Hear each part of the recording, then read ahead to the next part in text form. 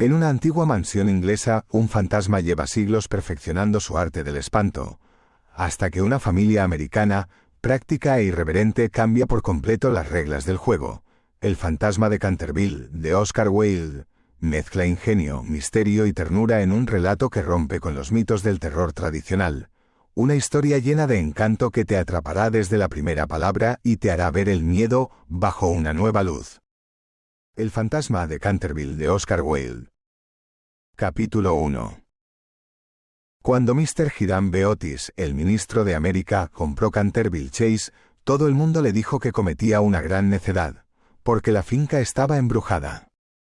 Hasta el mismo Lord Canterville, como hombre de la más escrupulosa honradez, se creyó en el deber de participárselo a Mr. Otis cuando llegaron a discutir las condiciones.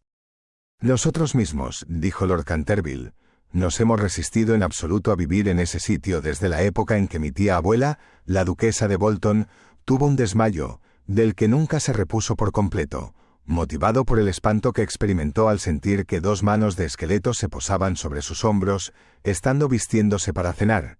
Me creo en el deber de decirle, Mr. Otis, que el fantasma ha sido visto por varios miembros de mi familia, que viven actualmente, así como por el rector de la parroquia, el reverendo Augusto Dampier, agregado del King's College de Oxford. Después del trágico accidente ocurrido a la duquesa, ninguna de las doncellas quiso quedarse en casa, y Lady Canterville no pudo ya conciliar el sueño, a causa de los ruidos misteriosos que llegaban del corredor y de la biblioteca. Milord, respondió el ministro, adquiriré el inmueble y el fantasma, bajo inventario. Llego de un país moderno, en el que podemos tener todo cuanto el dinero es capaz de proporcionar, y esos mozos nuestros, jóvenes y avispados, que recorren de parte a parte el viejo continente, que se llevan los mejores actores de ustedes y sus mejores primadonas. Estoy seguro de que si queda todavía un verdadero fantasma en Europa, vendrán a buscarlo enseguida para colocarlo en uno de nuestros museos públicos o para pasearle por los caminos como un fenómeno. El fantasma existe, me lo temo, dijo Lord Canterville sonriendo, aunque quizás se resiste a las ofertas de los intrépidos empresarios de ustedes. Hace más de 3 siglos que se le conoce. Data con precisión de 1574, y no deja de mostrarse nunca cuando está a punto de ocurrir alguna defunción en la familia. Los médicos de cabecera hacen lo mismo, Lord Canterville. Amigo mío, un fantasma no puede existir, y no creo que las leyes de la naturaleza admitan excepciones en favor de la aristocracia inglesa. Realmente son ustedes muy naturales en América, dijo Lord Canterville, que no acababa de comprender la última observación de Mr. Otis. Ahora bien, si le gusta a usted tener un fantasma en casa, mejor que mejor. Acuérdese únicamente de que yo le previn. Algunas semanas después se cerró el trato, y a fines de estación el ministro y su familia emprendieron el viaje a Canterville. Mistress Otis, que con el nombre de Miss Lucrecia R. Tappan, de la calle West y había sido una ilustre beldad de Nueva York, era todavía una mujer guapísima, de edad regular, con unos ojos hermosos y un perfil soberbio. Muchas damas americanas, cuando abandonan su país natal, adoptan aires de persona atacada de una enfermedad crónica, y se figuran que eso es uno de los sellos de distinción de Europa. Pero Mistress Otis no cayó nunca en ese error. Tenía una naturaleza magnífica y una abundancia extraordinaria de vitalidad. A decir verdad, era completamente inglesa bajo muchos aspectos, y hubiese podido citársela en buena lid para sostener la tesis de que lo tenemos todo en común con América hoy día, excepto la lengua, como es de suponer. Su hijo mayor, bautizado con el nombre de Washington por sus padres en un momento de patriotismo que él no cesaba de lamentar, era un muchacho rubio, de bastante buena figura, que se había erigido en candidato a la diplomacia, dirigiendo un cotillón en el casino de Newport durante 3 temporadas seguidas, y aún en Londres pasaba por ser bailarín excepcional. Sus únicas debilidades eran las gardenias y la patria. Aparte de esto, era perfectamente sensato. Miss Virginia E. Otis era una muchachita de 15 años, esbelta y graciosa como un cervatillo, con un bonito aire de despreocupación en sus grandes ojos azules. Era una amazona maravillosa, y sobre su pony derrotó una vez en carreras al viejo Lord Bilton, dando 2 veces la vuelta al parque, ganándole por caballo y medio, precisamente frente a la estatua de Aquiles, lo cual provocó un entusiasmo tan delirante en el joven duque de Cheshire, que la propuso acto continuo el matrimonio, y sus tutores tuvieron que expedirle aquella misma noche a Elton, bañado en lágrimas. Después de Virginia venían dos gemelos, conocidos de ordinario con el nombre de Estrellas y Bandas, porque se les encontraba siempre ostentándolas. Eran unos niños encantadores y, con el ministro, los únicos verdaderos republicanos de la familia. Como Canterville Chase está a 7 millas de Ascot, la estación más próxima, Mr. Otis telegrafió que fueran a buscarle en coche descubierto y emprendieron la marcha en medio de la mayor alegría. Era una noche encantadora de julio, en que el aire estaba aromado de olor a pinos. De cuando en cuando oíase a una paloma arrullándose con su voz más dulce, o entreveíase, entre la maraña y el frou-frou de los helechos, la pechuga de oro bruñido de algún faisán. Ligeras ardillas los espiaban desde lo alto de las hayas a su paso. Unos conejos corrían como exhalaciones a través de los matorrales o sobre los collados herbosos, levantando su rabo blanco. Sin embargo, no bien entraron en la avenida de Canterville Chase, el cielo se cubrió repentinamente de nubes. Un extraño silencio pareció invadir toda la atmósfera. Una gran bandada de cornejas cruzó calladamente por encima de sus cabezas, y antes de que llegasen a la casa ya habían caído algunas gotas. En los escalones se hallaba para recibirles una vieja, pulcramente vestida de seda negra, con cofia y delantal blancos. Era Mistress Umney, el ama de gobierno que Mistress Otis, a vivos requerimientos de Lady Canterville, accedió a conservar en su puesto. Hizo una profunda reverencia a la familia cuando echaron pie a tierra, y dijo con un singular acento de los buenos tiempos antiguos: «Les doy la bienvenida a Canterville Chase». La siguieron, atravesando un hermoso hall, de estilo Tudor, hasta la biblioteca, largo salón espacioso que terminaba en un ancho ventanal acristalado. Estaba preparado el té. Luego, una vez que se quitaron los trajes de viaje, sentáronse todos y se pusieron a curiosear en torno suyo, mientras Mistress Umney iba de un lado para el otro. De pronto, la mirada de Mistress Otis cayó sobre una mancha de un rojo oscuro que había sobre el pavimento, precisamente al lado de la chimenea, y sin darse cuenta de sus palabras, dijo a Mistress Umney: «Veo que han vertido algo en ese sitio». «Sí, señora», contestó Mistress Umney en voz baja, «ahí se ha vertido sangre». «Es espantoso», exclamó Mistress Otis, «no quiero manchas de sangre en un salón. Es preciso quitar eso inmediatamente». La vieja sonrió y con la misma voz baja y misteriosa respondió: «Es sangre de Lady Leonor de Canterville, que fue muerta en ese mismo sitio por su propio marido, Sir Simon de Canterville, en 1565. Sir Simon la sobrevivió 9 años, desapareciendo de repente en circunstancias misteriosísimas. Su cuerpo no se encontró nunca, pero su alma culpable sigue embrujando la casa. La mancha de sangre ha sido muy admirada por los turistas y por otras personas, pero quitarla, imposible». «Todo eso son tonterías», exclamó Washington Otis. «El producto quitamanchas, el limpiador incomparable del campeón Pinkerton, hará desaparecer eso en un abrir y cerrar de ojos». Y antes de que el ama de gobierno, aterrada, pudiera intervenir, ya se había arrodillado y frotaba vivamente el entarimado con una barrita de una sustancia parecida al cosmético negro. A los pocos instantes la mancha había desaparecido sin dejar rastro. «Ya sabía yo que el Pinkerton la borraría», exclamó en tono triunfal, paseando una mirada circular sobre su familia, llena de admiración. Pero apenas había pronunciado esas palabras, cuando un relámpago formidable iluminó la estancia sombría, y el retumbar del trueno levantó a todos, menos a Mistress Umney, que se desmayó. «¡Qué clima más atroz!», dijo tranquilamente el ministro, encendiendo un largo veguero. «Creo que el país de los abuelos está tan lleno de gente, que no hay buen tiempo bastante para todo el mundo. Siempre opiné que lo mejor que pueden hacer los ingleses es emigrar». «Querido Hiram», replicó Mistress Otis, «¿qué podemos hacer con una mujer que se desmaya? Descontaremos eso de su salario en caja, así no se volverá a desmayar». En efecto, Mistress Umney no tardó en volver en sí. Sin embargo, veíase que estaba conmovida hondamente, y con voz solemne advirtió a Mistress Otis que debía esperarse algún disgusto en la casa. «Señores, he visto con mis propios ojos algunas cosas, que pondrían los pelos de punta a cualquier cristiano, y durante noches y noches no he podido pegar los ojos a causa de los hechos terribles que pasaban. A pesar de lo cual, Mr. Otis y su esposa aseguraron vivamente a la buena mujer que no tenían miedo ninguno de los fantasmas.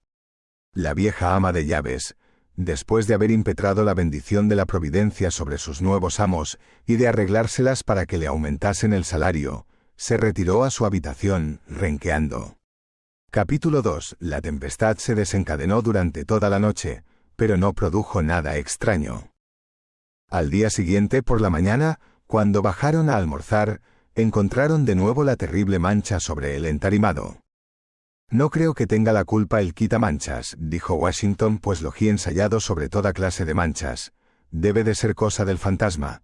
En consecuencia borró la mancha después de frotar un poco. Al otro día por la mañana había reaparecido. Y sin embargo, la biblioteca permanecía cerrada la noche anterior, llevándose la llave Mr. Otis. Desde entonces, la familia empezó a interesarse por aquello. Mr. Otis se hallaba a punto de creer que había estado demasiado dogmático negando la existencia de los fantasmas. Mr. Otis expresó su intención de afiliarse a la sociedad psíquica, y Washington preparó una larga carta a Mr. Myers y Podmore, basada en la persistencia de las manchas de sangre cuando provienen de un crimen. Aquella noche disipó todas las dudas sobre la existencia objetiva de los fantasmas. La conversación no recayó ni un momento sobre los fantasmas, de manera que faltaban hasta las condiciones más elementales de espera y de receptibilidad que preceden tan a menudo a los fenómenos psíquicos. Los asuntos que discutieron, por lo que luego he sabido por Mistress Otis, fueron simplemente los habituales en la conversación de los americanos cultos que pertenecen a las clases elevadas, como por ejemplo, la inmensa superioridad de Miss Janie Davenport sobre Sarah Bernhardt como actriz, la dificultad para encontrar maíz verde, galletas de trigo sarraceno, aun en las mejores casas inglesas, la importancia de Boston en el desenvolvimiento del alma universal, las ventajas del sistema que consiste en anotar los equipajes de los viajeros y la dulzura del acento neoyorquino, comparado con el dejo de Londres.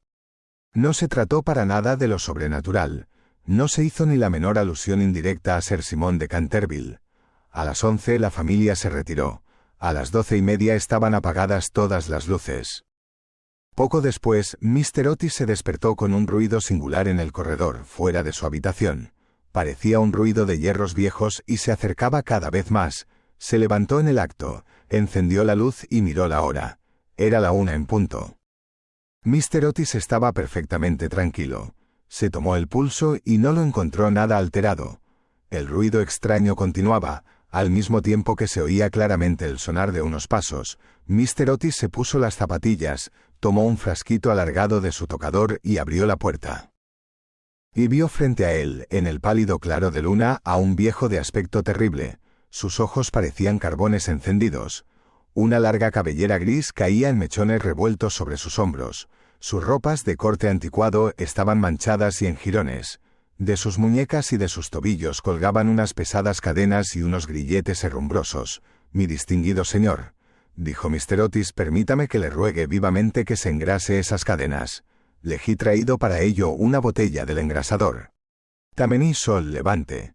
Dicen que una sola untura es eficacísima, y en la etiqueta hay varios certificados de nuestros teólogos más ilustres que dan fe de ello. Voy a dejársela aquí, al lado de las mecedoras, y tendré un verdadero placer en proporcionarle más, si así lo desea». Dicho lo cual, el ministro de los Estados Unidos dejó el frasquito sobre una mesa de mármol, cerró la puerta y se volvió a meter en la cama. El fantasma de Canterville permaneció algunos minutos inmóvil de indignación. Después tiró, lleno de rabia, el frasquito contra el suelo encerado, y huyó por el corredor, lanzando gruñidos cavernosos y despidiendo una extraña luz verde. Sin embargo, cuando llegaba a la gran escalera de roble, se abrió de repente una puerta. Aparecieron dos siluetas infantiles, vestidas de blanco, y una voluminosa almohada le rozó la cabeza. Evidentemente no había tiempo que perder. Así es que, utilizando como medio de fuga la cuarta dimensión del espacio, se desvaneció a través del estuco, y la casa recobró su tranquilidad. Jamás en toda su brillante carrera, que duraba ya 300 años seguidos, fue injuriado tan groseramente. Se acordó de la duquesa viuda, en quien provocó una crisis de terror, estando mirándose al espejo, cubierta de brillantes y de encajes, de las 4 doncellas a quienes había enloquecido, produciéndoles convulsiones histéricas, solo con hacer las visajes entre las cortinas de una de las habitaciones destinadas a invitados, del rector de la parroquia, cuya vela apagó de un soplo cuando volvía el buen señor de la biblioteca a una hora avanzada, y que desde entonces se convirtió en mártir de toda clase de alteraciones nerviosas, de la vieja señora de Tremouillac, que al despertarse a medianoche, le vio sentado en un sillón, al lado de la lumbre, en forma de esqueleto, entretenido en leer el diario que redactaba ella de su vida, y que de resultas de la impresión tuvo que guardar cama durante 6 meses, víctima de un ataque cerebral. Una vez curada se reconcilió con la Iglesia y rompió toda clase de relaciones con el señalado escéptico Messier de Voltaire. Recordó igualmente la noche terrible en que el bribón de Lord Canterville fue hallado agonizante en su tocador, con una sota de espadas hundida en la garganta, viéndose obligado a confesar que por medio de aquella carta había timado la suma de 10.000 libras a Carlos Foss, en casa de Grugforad, y juraba que aquella carta se la hizo tragar el fantasma. Todas sus grandes hazañas le volvían a la mente. Vio desfilar al mayordomo que se levantó la tapa de los sesos por haber visto una mano verde tamborilear sobre los cristales, y la bella Lady Stillfield, condenada a llevar alrededor del cuello un collar de terciopelo negro, para tapar la señal de 5 dedos, impresos como un hierro candente sobre su blanca piel, y que terminó por ahogarse en el vivero que había al extremo de la Avenida Real. Y lleno del entusiasmo ególatra del verdadero artista, pasó revista a sus creaciones más célebres. Se dedicó una amarga sonrisa al evocar su última aparición en el papel de Rubén el Rojo, o el Rorro estrangulado, su debut en el Gibeon, el vampiro flaco del páramo de Beblí, y el furor que causó una tarde encantadora de junio solo con jugar a los bolos con sus propios huesos sobre el campo de hierba de lawn tennis. ¿Y todo para qué? Para que unos miserables americanos le ofreciesen el engrasador marca Sol Levante y le tirasen almohadas a la cabeza. Era realmente intolerable. Además, la historia nos enseña que jamás fue tratado ningún fantasma de aquella manera. Llegó a la conclusión de que era preciso tomarse la revancha, y permaneció hasta el amanecer en actitud de profunda meditación. Capítulo 3. Cuando a la mañana siguiente el almuerzo reunió a la familia Otis, se discutió extensamente acerca del fantasma. El ministro de los Estados Unidos estaba, como era natural, un poco ofendido, viendo que su ofrecimiento no había sido aceptado. No quisiera en modo alguno injuriar personalmente al fantasma, dijo, y reconozco que, dada la larga duración de su estancia en la casa, no era nada cortés tirarle una almohada a la cabeza. Siento tener que decir que esta observación tan justa provocó una explosión de risa en los gemelos. Pero, por otro lado, prosiguió Mr. Otis, si se empeña sin más ni más en no hacer uso del engrasador marca Sol Levante, nos veremos precisados a quitarle las cadenas. No habría manera de dormir con todo ese ruido a la puerta de las alcobas. Pero, sin embargo, en el resto de la semana no fueron molestados. Lo único que les llamó la atención fue la reaparición continua de la mancha de sangre sobre el parquet de la biblioteca. Era realmente muy extraño, tanto más cuanto que Mistress Otis cerraba la puerta con llave por la noche, igual que las ventanas. Los cambios de color que sufría la mancha, comparables a los de un camaleón, produjeron asimismo frecuentes comentarios en la familia.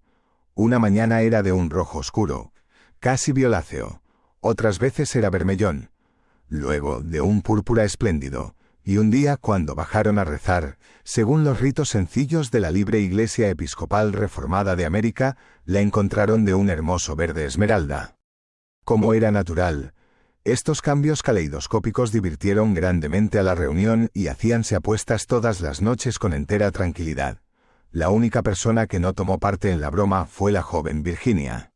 Por razones ignoradas, sentíase siempre impresionada ante la mancha de sangre, y estuvo a punto de llorar la mañana que apareció Verde Esmeralda. El fantasma hizo su aparición el domingo por la noche. Al poco tiempo de estar todos ellos acostados, les alarmó un enorme estrépito que se oyó en el hall. Bajaron apresuradamente y se encontraron con que una armadura completa se había desprendido de su soporte, cayendo sobre las losas. Cerca de allí, sentado en un sillón de alto respaldo, el fantasma de Canterville se restregaba las rodillas, con una expresión de agudo dolor sobre su rostro. Los gemelos, que se habían provisto de sus cañas de majuelos, le lanzaron inmediatamente 2 huesos, con esa seguridad de puntería que solo se adquiere a fuerza de largos y pacientes ejercicios sobre el profesor de caligrafía. Mientras tanto, el ministro de los Estados Unidos mantenía al fantasma bajo la amenaza de su revólver, y conforme a la etiqueta californiana, le instaba a levantar los brazos. El fantasma se alzó bruscamente, lanzando un grito de furor salvaje, y se disipó en medio de ellos como una niebla, apagando de paso la vela de Washington Otis y dejándolos a todos en la mayor oscuridad. Cuando llegó a lo alto de la escalera, una vez dueño de sí, se decidió a lanzar su célebre repique de carcajadas satánicas. Contaba la gente que aquello hizo encanecer en una sola noche el peluquín de Lord Raker, y que no necesitaron más de 3 sucesivas amas de gobierno para decidirse a dimitir antes de terminar el primer mes en su cargo. Por consiguiente, lanzó una carcajada más horrible, despertando paulatinamente los ecos en las antiguas bóvedas. Pero, apagados estos, se abrió una puerta y apareció, vestida de azul claro, Mistress Otis. «Me temo», dijo la dama, «que esté usted indispuesto, y aquí le traigo un frasco de la tintura del doctor Dobell. Si se trata de una indigestión, esto le sentará bien». El fantasma la miró con ojos llameantes de furor, y se creyó en el deber de metamorfosearse en un gran perro negro. Era un truco que le había dado una reputación merecidísima, y al cual atribuía la idiotez incurable del tío de Lord Canterville, el honorable Thomas Horton, pero un ruido de pasos que se acercaban le hizo vacilar en su cruel determinación, y se contentó con volverse un poco fosforescente. Enseguida se desvaneció, después de lanzar un gemido sepulcral, porque los gemelos iban a darle alcance. Una vez en su habitación sintióse destrozado, presa de la agitación más violenta. La ordinariez de los gemelos, el grosero materialismo de Mistress Otis, todo aquello resultaba realmente vejatorio, pero lo que más le humillaba era no tener ya fuerzas para llevar una armadura. Contaba con hacer impresión aún en unos americanos modernos, con hacerles estremecer a la vista de un espectro acorazado, ya. Que no por motivos razonables, al menos por deferencia hacia su poeta nacional Longfellow, cuyas poesías, delicadas y atrayentes, habíanle ayudado con frecuencia a matar el tiempo, mientras los Canterville estaban en Londres. Además era su propia armadura. La llevó con éxito en el torneo de Kenilworth, siendo felicitado calurosamente por la reina virgen en persona. Pero cuando quiso ponérsela quedó aplastado por completo con el peso de la enorme coraza y del yelmo de acero, y se desplomó pesadamente sobre las losas de piedra, despellejándose las rodillas y contusionándose la muñeca derecha. Durante varios días estuvo malísimo y no pudo salir de su morada más que lo necesario para mantener en buen estado la mancha de sangre. No obstante lo cual, a fuerza de cuidados acabó por restablecerse y decidió hacer una tercera tentativa para aterrorizar al ministro de los Estados Unidos y a su familia. Eligió para su reaparición en escena el viernes 1 de agosto, consagrando gran parte del día a pasar revista a sus trajes. Su elección recayó al fin en un sombrero de ala levantada por un lado y caída del otro, con una pluma roja, en un sudario deshilachado por las mangas y el cuello, y por último en un puñal mohoso. Al atardecer estalló una gran tormenta. El viento era tan fuerte que sacudía y cerraba violentamente las puertas y ventanas de la vetusta casa. Realmente aquel era el tiempo que le convenía. Esto era lo que pensaba hacer. Iría sigilosamente a la habitación de Washington Otis, le musitaría unas frases ininteligibles, quedándose al pie de la cama, y le hundiría 3 veces seguidas el puñal en la garganta, a los sones de una música apagada. Odiaba sobre todo a Washington, porque sabía perfectamente que era él quien acostumbraba quitar la famosa mancha de sangre de Canterville, empleando el limpiador incomparable de Pinkerton. Después de reducir al temerario al despreocupado joven, entraría en la habitación que ocupaba el ministro de los Estados Unidos y su mujer. Una vez allí, colocara una mano viscosa sobre la frente de Mistress Otis, y al mismo tiempo murmuraría, con voz sorda, al oído del ministro tembloroso, los secretos terribles del osario. En cuanto a la pequeña Virginia, aún no tenía decidido nada. No lo había insultado nunca. Era bonita y cariñosa. Unos cuantos gruñidos sordos que saliesen del armario le parecían más que suficientes, y si no bastaban para despertarla, llegaría hasta tirarla de la puntita de la nariz con sus dedos rígidos por la parálisis. Para los gemelos estaba resuelto a darles una lección. Lo primero que haría sería sentarse sobre sus pechos, con el objeto de producirles la sensación de pesadilla. Luego, aprovechando que sus camas estaban muy juntas, se alzaría en el espacio libre entre ellas, con el aspecto de un cadáver verde y frío como el hielo, hasta que se quedaran paralizados de terror. Enseguida, tirando bruscamente su sudario, daría la vuelta al dormitorio en 4 patas, como un esqueleto blanqueado por el tiempo, moviendo los ojos de sus órbitas, en su creación de Daniel el Mudo o el esqueleto del suicida, papel en el cual hizo un gran efecto en varias ocasiones. Creía estar tan bien en este como en su otro papel de Martín el Demente o el Misterio enmascarado. A las 10:30 oyó subir a la familia a acostarse. Durante algunos instantes le inquietaron las tumultuosas carcajadas de los gemelos, que se divertían evidentemente con su loca alegría de colegiales antes de meterse en la cama. Pero a las 11:15 todo quedó nuevamente en silencio, y cuando sonaron las 12 se puso en camino. La lechuza chocaba contra los cristales de la ventana, el cuervo crastitaba en el hueco de un tejo centenario, y el viento gemía vagando alrededor de la casa, como un alma en pena. Pero la familia Otis dormía sin sospechar la suerte que le esperaba. Oía con toda claridad los ronquidos regulares del ministro de los Estados Unidos, que dominaban el ruido de la lluvia y de la tormenta. Se deslizó furtivamente a través del estuco. Una sonrisa perversa se dibujaba sobre su boca cruel y arrugada, y la luna escondió su rostro tras una nube cuando pasó delante de la gran ventana ojival, sobre la que estaban representadas en azul y oro sus propias armas y las de su esposa asesinada. Seguía andando siempre, deslizándose como una sombra funesta, que parecía hacer retroceder de espanto a las mismas tinieblas en su camino. Prosiguió su marcha, refunfuñando extraños juramentos del siglo XVI y blandiendo de cuando en cuando el puñal enmohecido en el aire de medianoche. Por fin llegó a la esquina del pasillo que conducía a la habitación de Washington. Allí hizo una breve parada. El viento agitaba en torno de su cabeza sus largos mechones grises y ceñía en pliegues grotescos y fantásticos el horror indecible del fúnebre sudario. Sonó entonces el cuarto en el reloj. Comprendió que había llegado el momento. Se dedicó una risotada y dio la vuelta a la esquina, pero apenas lo hizo retrocedió, lanzando un gemido lastimero de terror y escondiendo su cara lívida entre sus largas manos huesosas. Frente a él había un horrible espectro, inmóvil como una estatua, monstruoso como la pesadilla de un loco. La cabeza del espectro era pelada y reluciente, su faz redonda, carnosa y blanca. Una risa horrorosa parecía retorcer sus rasgos en una mueca eterna. Por los ojos brotaba a oleadas una luz escarlata, la boca tenía el aspecto de un ancho pozo de fuego, y una vestidura horrible, como la de él, como la del mismo Simón, envolvía con su nieve silenciosa aquella forma gigantesca.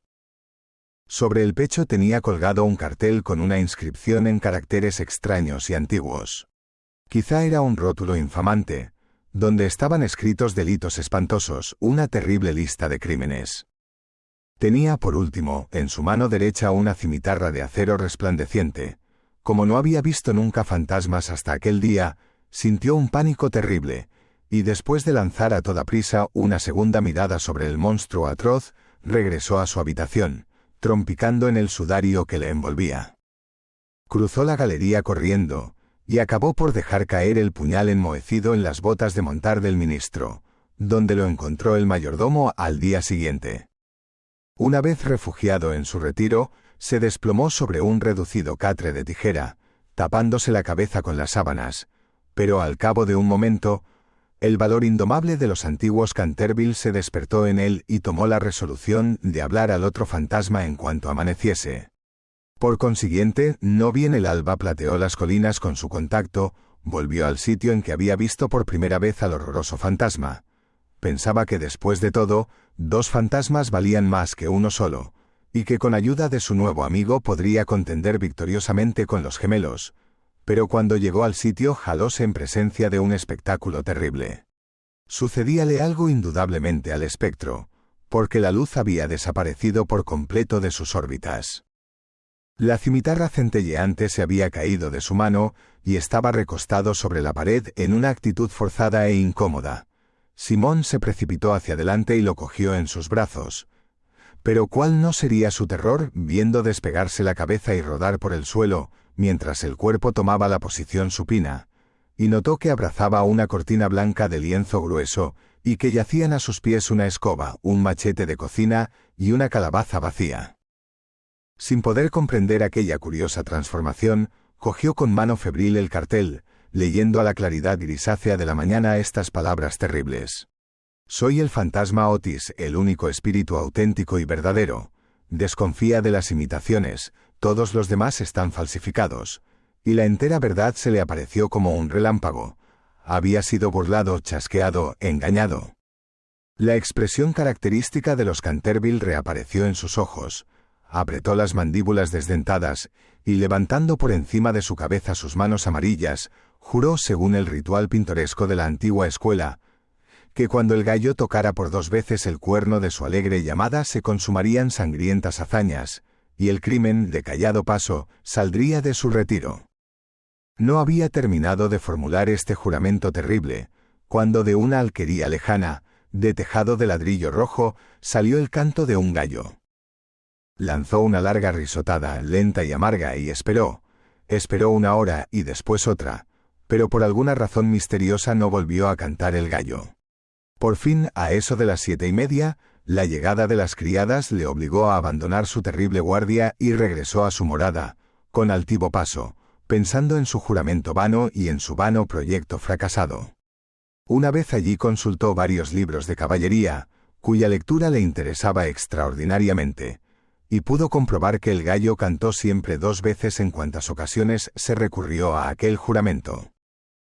«Que el diablo se lleve a ese animal volátil», murmuró. «En otro tiempo hubiese caído sobre él con mi buena lanza, atravesándole el cuello y obligándole a cantar otra vez para mí, aunque reventara». Y dicho esto se retiró a su confortable caja de plomo, y allí permaneció hasta la noche. Capítulo 4. Al día siguiente el fantasma se sintió muy débil, muy cansado. Las terribles emociones de las 4 últimas semanas empezaban a producir su efecto. Tenía el sistema nervioso completamente alterado, y temblaba al más ligero ruido. No salió de su habitación en 5 días, y concluyó por hacer una concesión en lo relativo a la mancha de sangre del parquet de la biblioteca. Puesto que la familia Otis no quería verla, era indudablemente que no la merecía.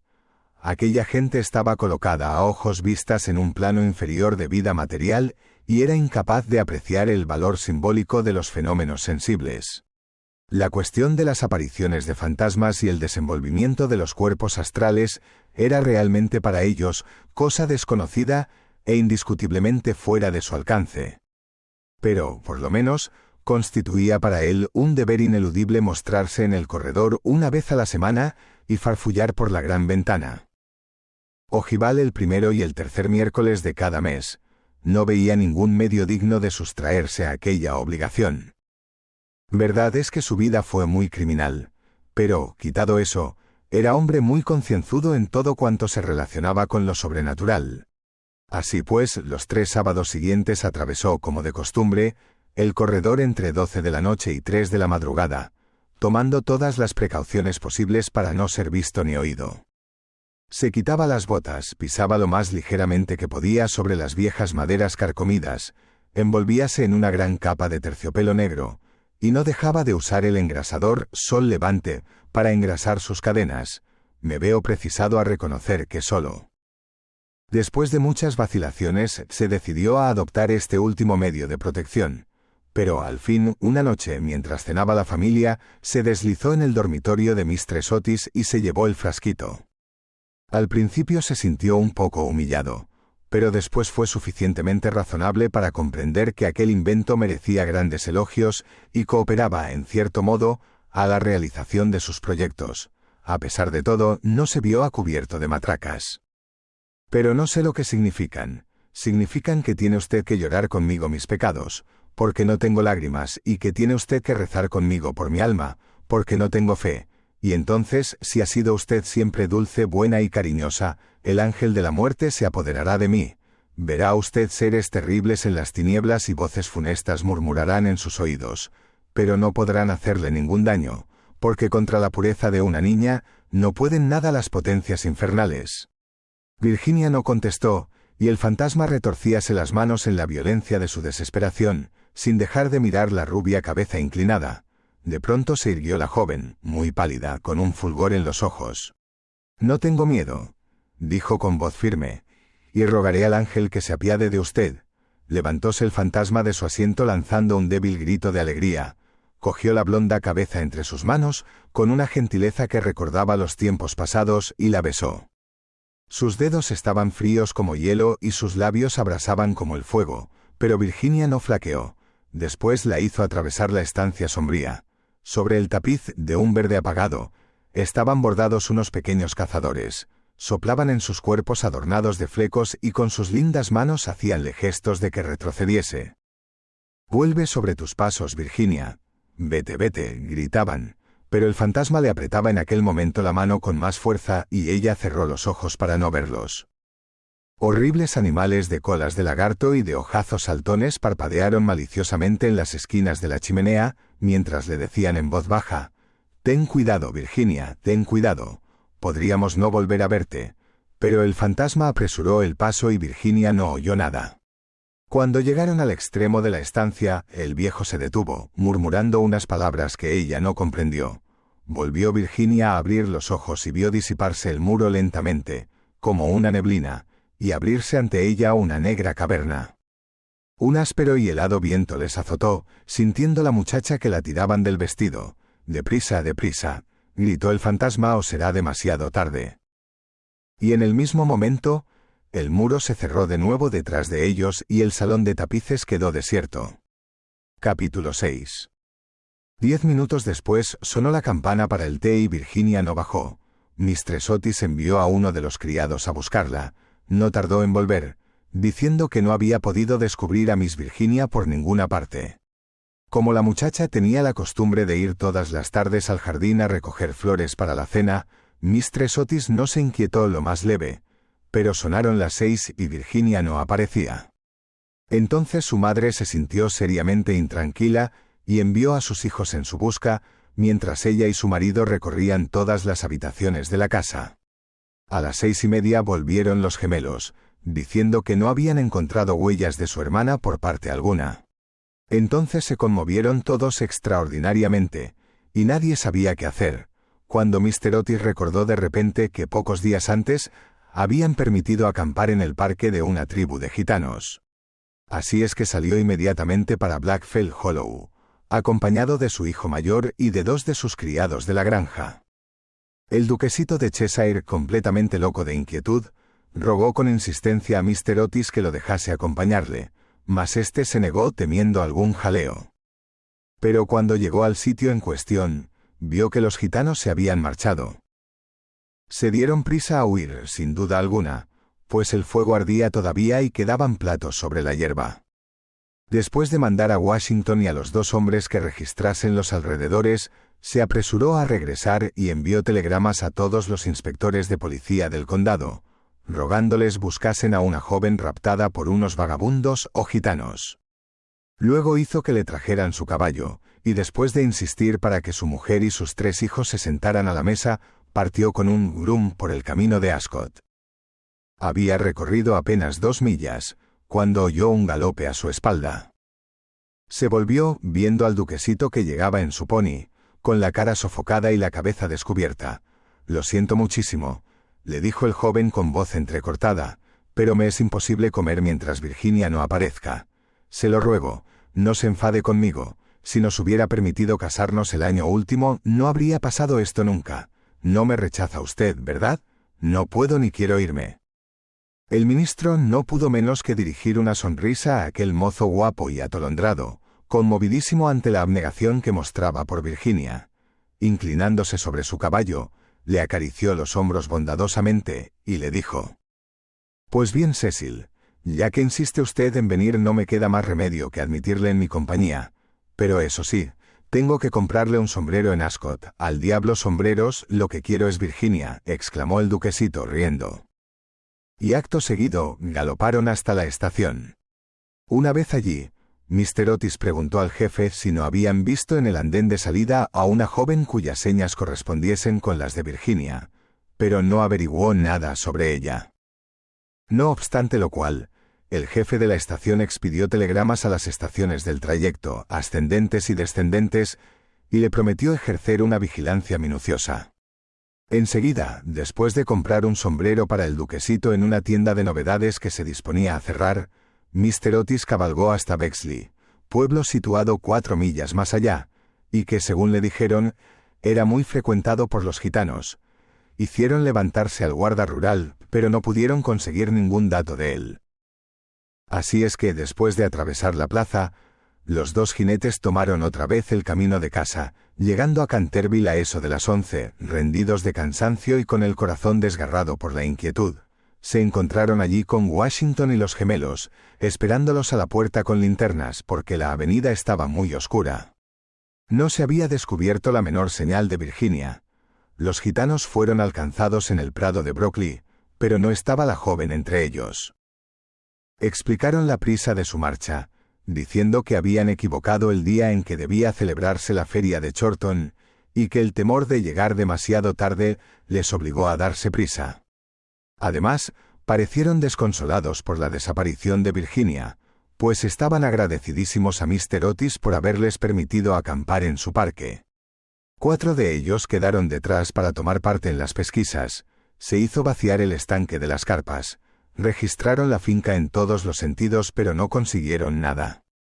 Era evidente que Virginia estaba perdida, al menos por aquella noche, y fue con un aire de profundo abatimiento como entraron en casa Mr. Otis y los jóvenes, seguidos del groom, que llevaba de las bridas al caballo y al pony. En el hall encontráronse con el grupo de criados, llenos de terror. La pobre Mistress Otis estaba tumbada sobre un sofá de la biblioteca, casi loca de espanto y de ansiedad, y la vieja ama de gobierno le humedecía la frente con agua de colonia. Fue una comida tristísima. No se hablaba apenas, y hasta los mismos gemelos parecían despavoridos y consternados, pues querían mucho a su hermana. Cuando terminaron, Mr. Otis, a pesar de los ruegos del duquesito, mandó que todo el mundo se acostase, ya que no podía hacer cosa alguna aquella noche. Al día siguiente telegrafiaría a Scotland Yard para que pusieran inmediatamente varios detectives a su disposición. Pero justo en el preciso momento en que salían del comedor, sonaron las 12 en reloj de la torre. Apenas acababan de extinguirse las vibraciones de la última campanada, cuando oyóse un crujido acompañado de un grito penetrante. Un trueno formidable bamboleó la casa. Una melodía, que no tenía nada de terrenal, flotó en el aire. Un lienzo de la pared se despegó bruscamente en lo alto de la escalera, y sobre el rellano, muy pálida, casi blanca, apareció Virginia, llevando en la mano una cajita. Inmediatamente se precipitaron todos hacia ella. Mistress Otis la estrechó apasionadamente contra su corazón. El duquesito casi la ahogó con la violencia de sus besos, y los gemelos ejecutaron una danza de guerra salvaje alrededor del grupo. «Ah, hija mía, ¿dónde te habías metido?», dijo Mr. Otis, bastante enfadado, creyendo que les había querido dar una broma a todos ellos.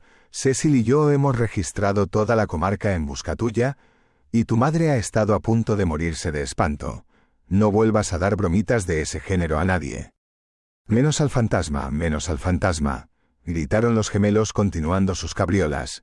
«Hija mía querida, gracias a Dios que te hemos encontrado. Ya no nos volveremos a separar», murmuraba Mistress Otis, besando a la muchacha, toda trémula, y acariciando sus cabellos de oro que se desparramaban sobre sus hombros. «Papá», dijo dulcemente Virginia, «estaba con el fantasma. Ha muerto ya. Es preciso que vayáis a verle. Fue muy malo, pero se ha arrepentido sinceramente de todo lo que había hecho, y antes de morir me ha dado esta caja de hermosas joyas».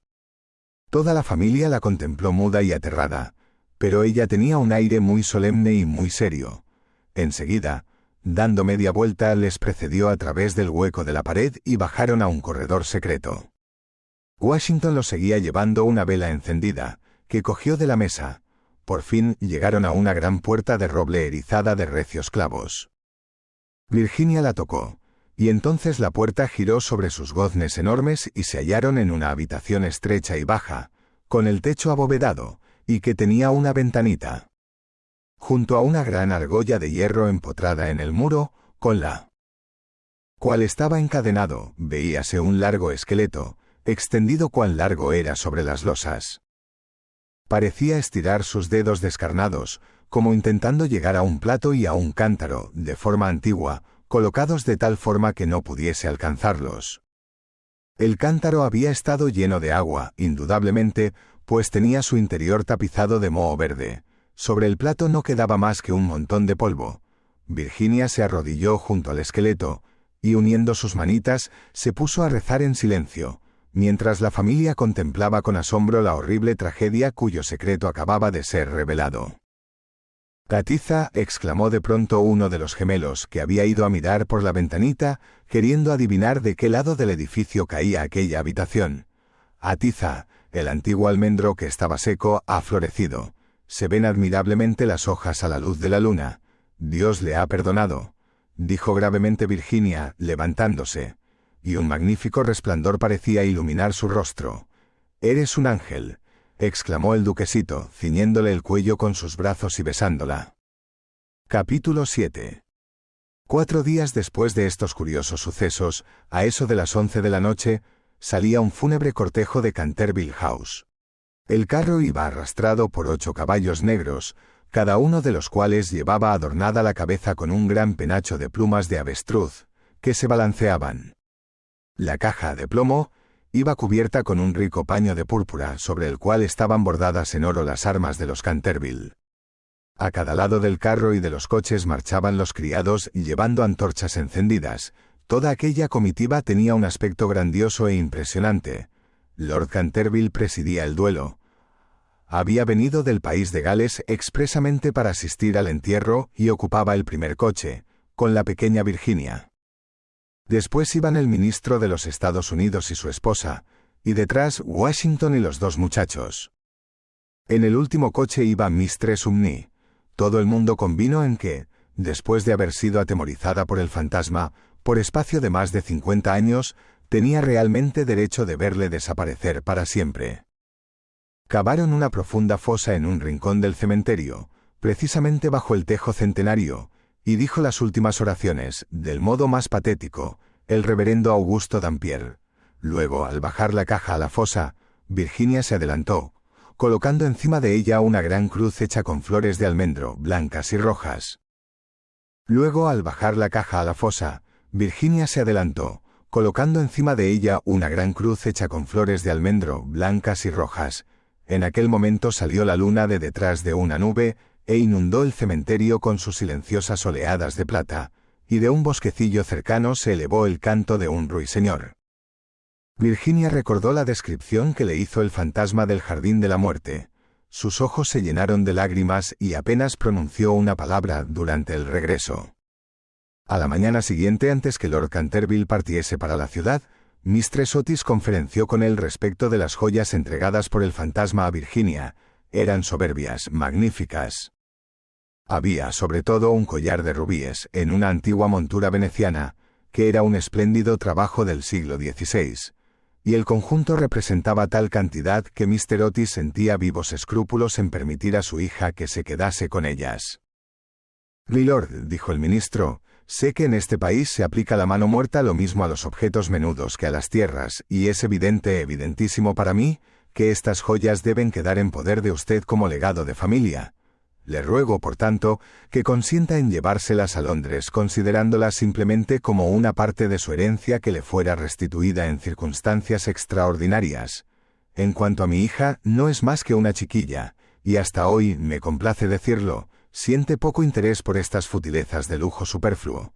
Supe igualmente por Mistress Otis, cuya autoridad no es despreciable en cosas de arte, dicho sea de paso, pues ha tenido la suerte de pasar varios inviernos en Boston, siendo muchacha, que esas piedras preciosas tienen un gran valor monetario, y que si se pusieran en venta producirían una bonita suma. En estas circunstancias, Lord Canterville, reconocerá usted indudablemente que no puedo permitir que queden en manos de ningún miembro de la familia. Además de que todos esos bibelots y todos esos juguetes, por muy apreciados y necesitados que sean a la dignidad de la aristocracia británica, estarían fuera de lugar entre personas educadas según los severos principios, pudiera decirse, de la sencillez republicana. Quizá me atrevería a asegurar que Virginia tiene gran interés en que la deje usted la cajita que encierra esas joyas, en recuerdo de las locuras y el infortunio del antepasado. Y como esa caja está muy vieja y por consiguiente deterioradísima, quizá encuentre usted razonable acoger favorablemente su petición.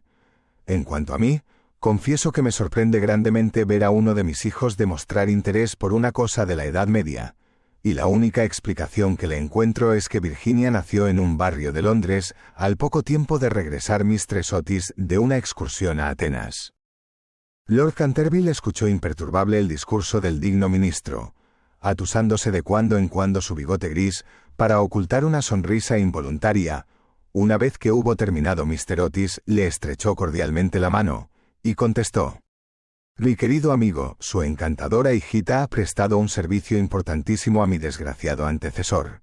Mi familia y yo la estamos reconocidísimos por su maravilloso valor y por la sangre fría que ha demostrado. Las joyas le pertenecen, sin duda alguna, y creo a fe mía, que si tuviese yo la suficiente insensibilidad para quitárselas, el viejo tunante saldría de su tumba al cabo de 15 días para infernarme la vida. En cuanto a que sean joyas de familia, no podrían serlo sino después de estar especificadas como tales en un testamento, en forma legal, y la existencia de estas joyas permaneció siempre ignorada. Le aseguro que son tan mías como de su mayordomo. Cuando Miss Virginia sea mayor, sospecho que le encantará tener cosas tan lindas que llevar. Además, Mr. Otis, olvida usted que adquirió usted el inmueble y el fantasma bajo inventario. De modo que todo lo que pertenece al fantasma le pertenece a usted.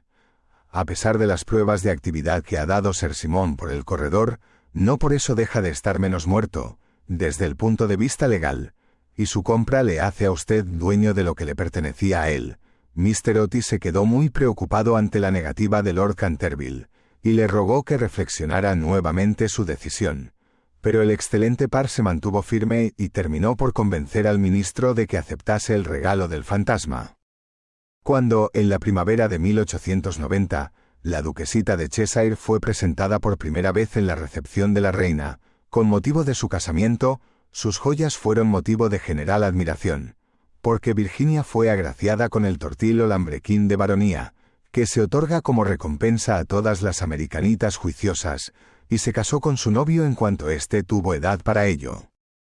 Eran ambos tan agradables y se amaban de tal modo, que a todo el mundo le encantó ese matrimonio, menos a la vieja marquesa de Dumbleton, que venía haciendo todo lo posible por atrapar al duquesito y casarle con una de sus 7 hijas. Para conseguirlo dio lo menos 3 grandes comidas costosísimas, cosa rara. Mr. Otis sentía una gran simpatía personal por el duquesito, pero teóricamente era enemigo del particularismo, y según sus propias palabras, era de temer que, entre las influencias debilitantes de una aristocracia ávida de placer, fueran olvidados por Virginia los verdaderos principios de la sencillez republicana. Pero nadie hizo caso de sus observaciones, y cuando avanzó por la nave lateral de la iglesia de San Jorge, en Hanover Square, llevando a su hija del brazo, no había hombre más orgulloso en toda Inglaterra. Pero nadie hizo caso de sus observaciones, y cuando avanzó por la nave lateral de la iglesia de San Jorge, en Hanover Square, llevando a su hija del brazo, no había hombre más orgulloso en toda Inglaterra. Después de la luna de miel, el duque y la duquesa regresaron a Canterville Chase, y al día siguiente de su llegada, por la tarde fueron a dar una vuelta por el cementerio solitario próximo al Pinar.